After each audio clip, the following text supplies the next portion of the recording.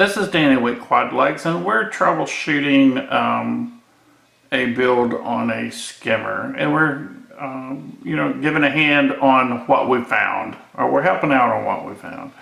Anyway, in lever palette, I went straight to lever palette, and this is what I found right here, is that on roll and pitch we were set at 180 degrees. Anyway, that needs to be 0. The way that it was built, the arrow was facing forward, our direction of flight on the controller, the CC3D. So that was done right. All the wiring was done right. And then when I got into it, here I found this. First of all, I went to flight data. And so I moved the quad, and when you move the quad, you can see if it's matching the movements, and it wasn't.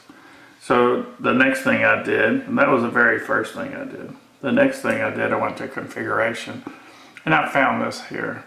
So anyway, I don't know why, but it should have been set on 0. And we do that. And we'll go ahead and save it. Make sure and save it. So this is how it should look, 0, 0, 0, because we didn't make any changes whatsoever. Okay, let's take a look at what I did. First of all, this is the strap for the battery, and this is how it goes on. Good old Velcro. So whenever you put it on, do this number like this. Instead of putting it like that, we raise it up, and the battery goes in right through there, and then you strap it on. That'll let the Velcro catch it real well. Let's go ahead and take a quick look at what I did. I took your old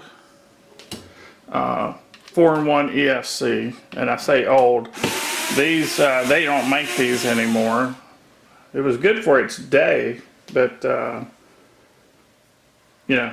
it's been a few years, and technologies, especially on the controllers and the ESCs, are just it's advancing so fast that a year's time it's outdated already.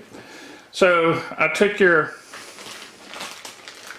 old Emax 4-in-1 ESC off, and I put a new one. It flies, but this is even going to fly better.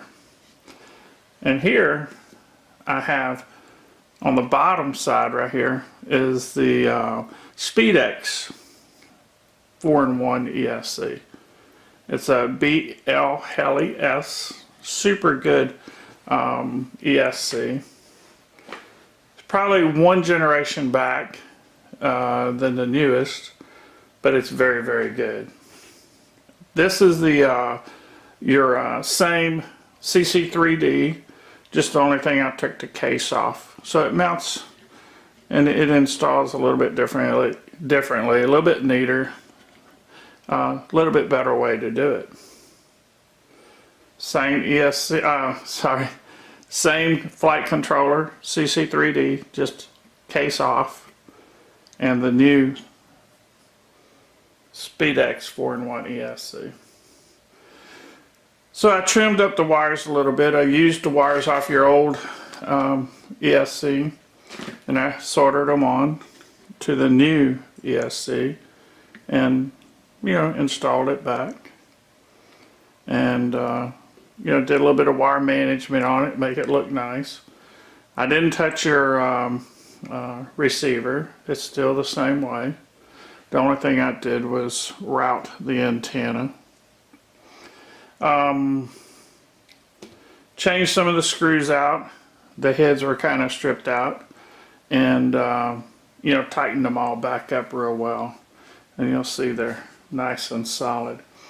After a while, this basswood, you know, through crashes and handling it, if you carry it with one of the arms, and I honestly do that. I normally carry it like this, but on this particular one, but you know, you grab it by the arm, no problem at all.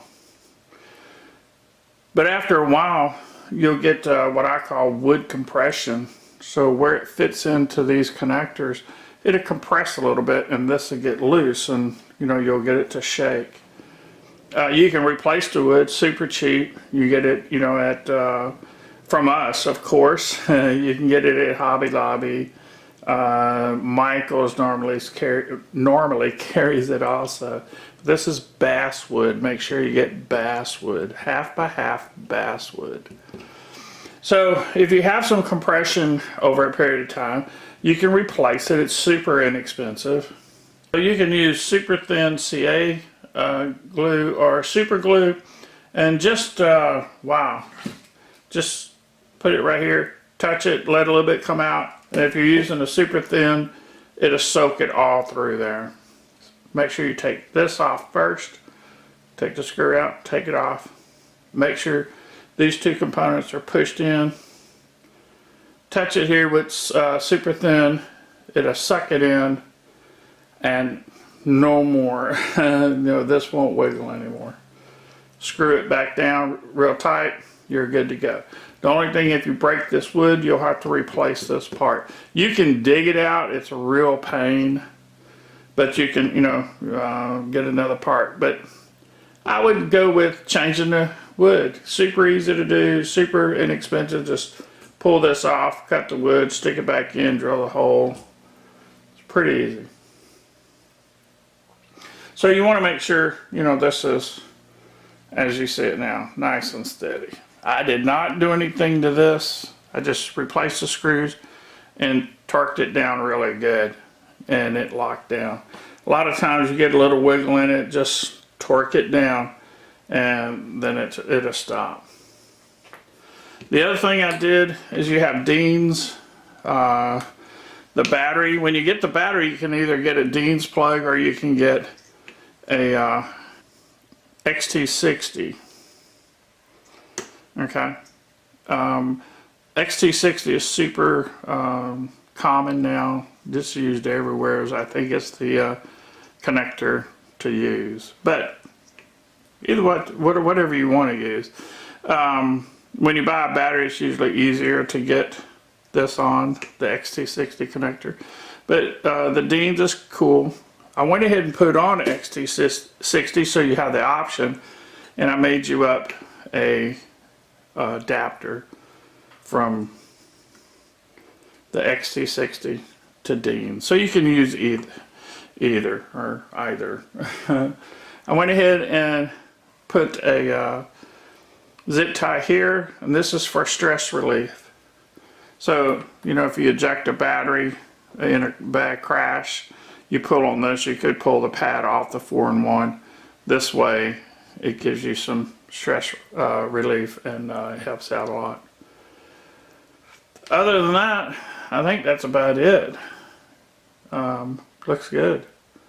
Flies crazy. After this, we'll take it for a short flight. Our field, believe it or not, we've been getting so much rain here. We're in Denton, Texas. It's flooded. We're over by Lake Dallas where we fly, and the field has been underwater a few times. One time I think like 10 or 11 feet above the field. So I think we're like 1.5 feet from the field right now from flooding, and it probably is flooding right now. So, you know, in the next week or 2 weeks, 3 weeks, we'll be able to get back in there. But I flew it, just a real quick flight, to show you that it's flying extremely well. Love the Skimmer. Do a lot of things with it. Have a lot of fun. Anyway, that's it. Put your new controller on. I'm sorry, put your new ESC, your old controller, a little bit of wiring. Of course, I changed this piece here and put your battery mount on. Screwed the bottom in. These were hot glued on. I don't really advise that because if your controller's mounted to any surface that is hot glued on, and there's any movement within it, it affects the flying, because the flight controller senses any movement and it wants to make corrections. So this has to be really sturdy. The base can't be floating on you. Other than that, the build looks really good. Everything's back together. You had one prop that was broken and a bunch of them that were nicked. When you get a prop 8-inch size like this, it's really wise to balance the props. Tons of videos out on it. The prop balancer, it's like 10, 15 bucks. And you just put tape on it. If you need more information on that, let me know and we'll do a little segment or a little video on balancing the props. Super easy to do, but it flies even better with balanced props. So real important when you get up to 8-inch, 7 on up, I guess, is where I really want to start watching it. So these are not balanced. It's flying pretty good. It'll fly even better once it's balanced. But anyway, I think that's it. I think we've got everything covered. Okay, so the real problem with the build was, in the very first of this video, was some of the settings were off in LibrePilot. Other than that, that was it. This is Danny with QuadLugs, and I'll leave it with a couple little short flights I did. And we'll see you next time.